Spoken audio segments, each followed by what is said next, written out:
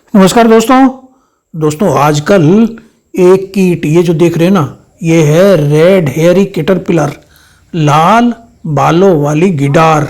इसका प्रकोप बहुत है, चारों तरफ आपको घर में बाहर सड़क पे घूमती हुई मिल जाएगी। जहाँ भी इसका होस्ट प्लांट होगा, ये बहुत सारी फसलों में। वैसे तो ये जो पॉलीफेगस कीट है और इसका जो पतिंगा होता है ना, मोठ, ये इसकी लाइफ साइकिल कुल ढाई महीने की है। 2.5 महीने की लाइफ साइकिल है।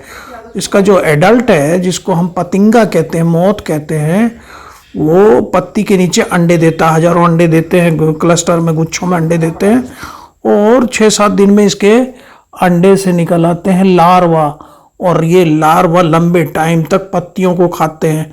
और इसकी जो सबसे पसंदीदा फसल है ना, वो है कैस्टर या मूंगफली और ज्वार, बाजरा, चना, मक्का। वैसे तो ये सर्वभक्षी है, सभी फसलों को खा लेता है, लेकिन इन्हें ये बहुत पसंद है, खास करके अरंडी। अब ये देख रहे, ये खाली प्लॉट में एक हमारे घर के बाहर ये कैस्टर के कुछ पौधे अपने आप ऐसे हो गया है। अब इन्होंने देखिए खा के एकदम इनको पत्तियों को एकदम जालीनुमा बना दिया। ये अंडे, क्योंकि इसका जो एडल्ट अंडे देता पत्तियों के नीचे, और उससे ये लार्वा निकल के और ये लगातार खाते हैं और नीचे से खाना शुरू करते हैं। जब छोटे होते हैं तो नीचे से खाते हैं और पत्ती को एकदम छलनी बना देते हैं। और जब बड़े हो जाते हैं तो ये तने को, पत्ती को, फूल को, सब कुछ खाते हैं बड़े होकर। तो लार्वा जब एडल्ट हो जाते, बड़े हो जाते हैं, यंग लार्वा छोटे, देखिए एकदम छलनी कर दिया इसने। ये फिंगर मिलेट में भी लगता है, पर्ल मिलेट में भी लगता है, तिल में भी लगता है, चने में भी, ग्रीन ग्राम, सोरगम, मेज, ये इसकी पसंदीदा फसलें हैं। और 40-50 दिन तक ये जो लार्वा है ना, ये पूरा अटैक करता है। तो और ये सितंबर का महीना जो है ना, इनके लिए ये जून से लेकर सितंबर तक इनका अटैक आपको देखने को मिल जाएगा। वैसे तो ये साउथ इंडिया में बहुत ज़्यादा होते हैं, लेकिन ये नॉर्थ इंडिया में भी काफ़ी अटैक करते हैं। हेयरी कैटरपिलर जो ना, पत्तियों के निचले हिस्से को खाकर छलनी करता है। और पूर्ण विकसित जो लार्वा होता है, वो पूरी फोलिएज यानी फूल, पत्तियों, सबको खा जाते हैं। रेडिश ब्राउन इनकी ये होते हैं और इनके ऊपर ब्लैक बैंड होते हैं। लंबे ब्राउन बाल होते हैं, पूरी बॉडी पे इनके बाल होते हैं।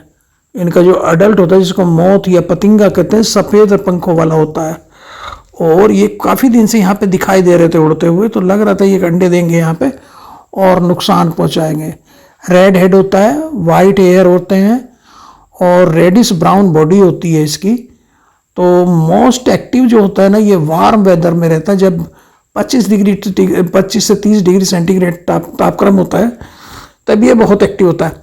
अब देखिए, वो तो खा ही रहा था। यहाँ पे हमारे एक पेड़ के नीचे हमने लगाया हुआ था अफ्रीकन बीटर लीफ, जो होता है ना, जो शुगर के पेशेंट्स के लिए, जो शुगर को कंट्रोल करता है, उसकी पत्तियां आई हुई थी बहुत सारी, उनकी पत्तियों को भी खा गया ये।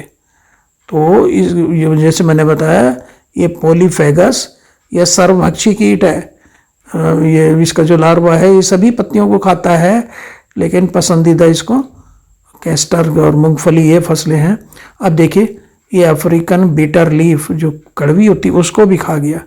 तो ये हमारे यहाँ दीवार के नीचे, एक पेड़ के नीचे हमने लगाई हुई थी, उसको भी खाता है। तो इसकी रोकथाम का तरीका यही है कि इसके अंडों को इकट्ठा करके नष्ट कर देना चाहिए। इनके लार्वा को भी इकट्ठा करके जहाँ भी मिले इनको मार दीजिए। और गर्मियों के खेतों की जहाँ तक बात है, गर्मियों की गहरी जुताई करिए तो ये नष्ट हो जाते हैं। या आप लाइट ट्रैप, क्योंकि इनके जो मोथ होते हैं, पतिंगे होते हैं, वो लाइट की तरफ एट्रैक्ट होते हैं। लाइट पाएंगे, उनको इकट्ठा करके और इनको पकड़ के मार दो।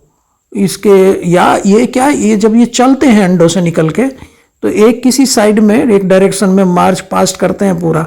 ये एक तरह से जब चलते हैं तो उधर की तरफ खाई खोद दीजिए, उसमें गिर जाएंगे और गिर के मतलब एक खेत से दूसरे खेत में जाते हैं। देखिए, ये पेड़ के नीचे जो काली काली दिख रही गोलियां सी, ये इसकी पोटी हैं, विस्टा है इसकी।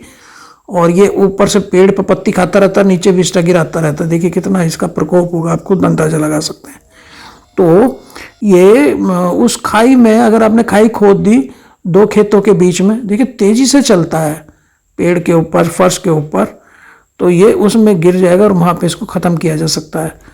जेट्रोफा जो पौधा होता है उसकी वेजिटेटिव ट्रेप भी अगर हम मूवमेंट के इसके ऊपर रोक सकता है। अब देखिए घर के अंदर ये मेरा ड्रेसिना लगा हुआ है।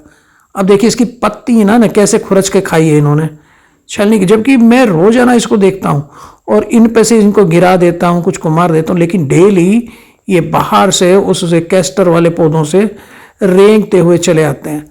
तो अपने पौधों को ये ध्यान रखना बहुत ज़रूरी है। इसको जो क्विनाल्फास होती है ना दवा, वो इसके लिए बहुत कारगर है। क्विनाल्फास है या डाइक्लोरोवास है या कार्बेरिल है, इनके जो आप इन पे स्प्रे कर सकते हैं अपनी फसल में। तो आप इसकी डस्टिंग कर सकते हैं क्विनाल्फास की। 25 से 30 किलो पाउडर होता है जो क्विनाल्फास का, उसको प्रति हेक्टेयर की दर से अगर खेत में छिड़क दें तो मर जाते हैं। ये देखिए हमारा फाइकस के पौधे हैं, मतलब फाइकस को भी ये नहीं छोड़ रहा, क्योंकि यही बताया था सरबच्ची है ना ये। तो इस पे अगर हम डस्टिंग कर देते हैं क्विनाल्फास की, या हमारा डाइक्लोरोवास है 100 EC में आता है, 200 ml लेके 400 लीटर पानी में मिला के स्प्रे कर दीजिए। क्विनाल्फास या डाइमेथिएट 2 ml प्रति लीटर वाटर में मिला के स्प्रे कर दीजिए, तो ये कंट्रोल में आ जाता है। तो ये देखिए कितना नुकसान इसने पहुंचाया। तो थैंक यू दोस्तों, नमस्कार।